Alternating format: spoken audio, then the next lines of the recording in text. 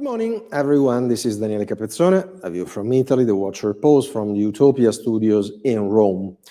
Last year, at the beginning of the COVID pandemic, it was unclear whether pharma companies would be able to produce vaccines, to produce effective vaccines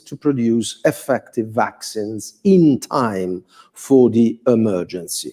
Well, they did it. It was a scientific triumph. It was a success story. In a way, it was a sort of miracle. We have been offered in a very short time multiple vaccines. And multiple vaccines means multiple opportunities, but also on the other hand, multiple risks. As it happens in every vaccination campaign, there are risks connected to adverse reaction and potentially serious, severe, extreme, even lethal adverse reaction.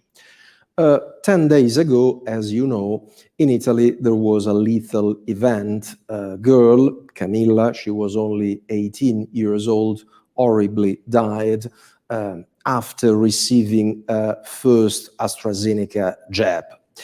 This event raised a wave of emotion in the Italian public opinion, and the Health Secretary Roberto Speranza picked the opportunity to ban AstraZeneca for under 60 people, in spite of the fact that, according to the European regulator, EMA, AstraZeneca is still considered a reliable vaccine and a vaccine which could be administered, according to EMA, to all population, to all classes of age.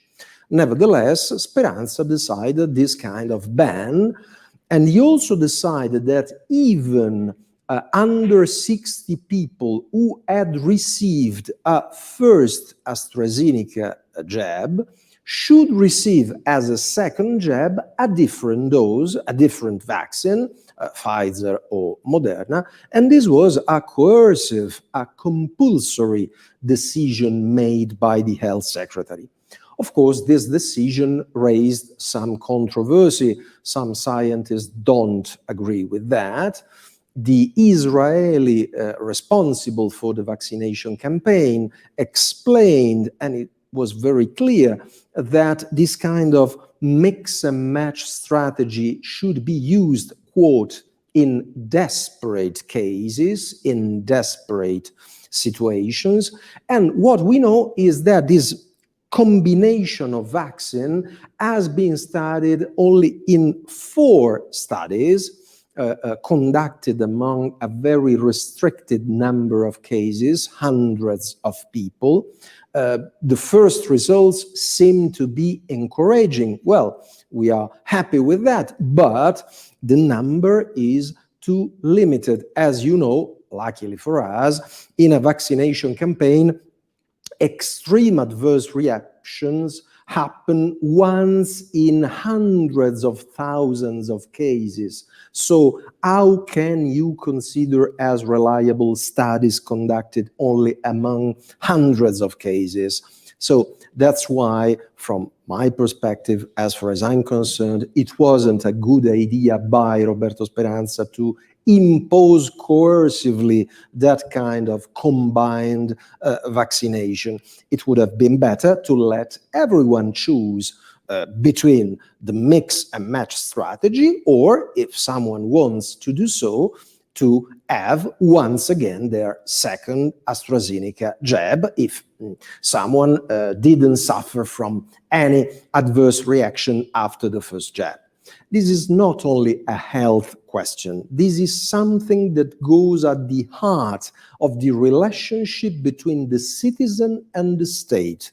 If you happen to be an authoritarian guy who thinks that the state owns you and can make any kind of decision, that's what Roberto Speranza did, and you are supposed to agree with that.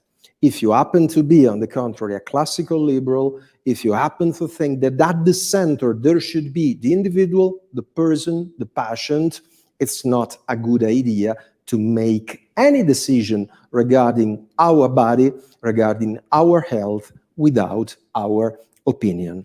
That's why we strongly wish that the government think twice about this decision and let us be part of the new decision about the second dose. Thank you once again. See you next Friday here at A View from Italy.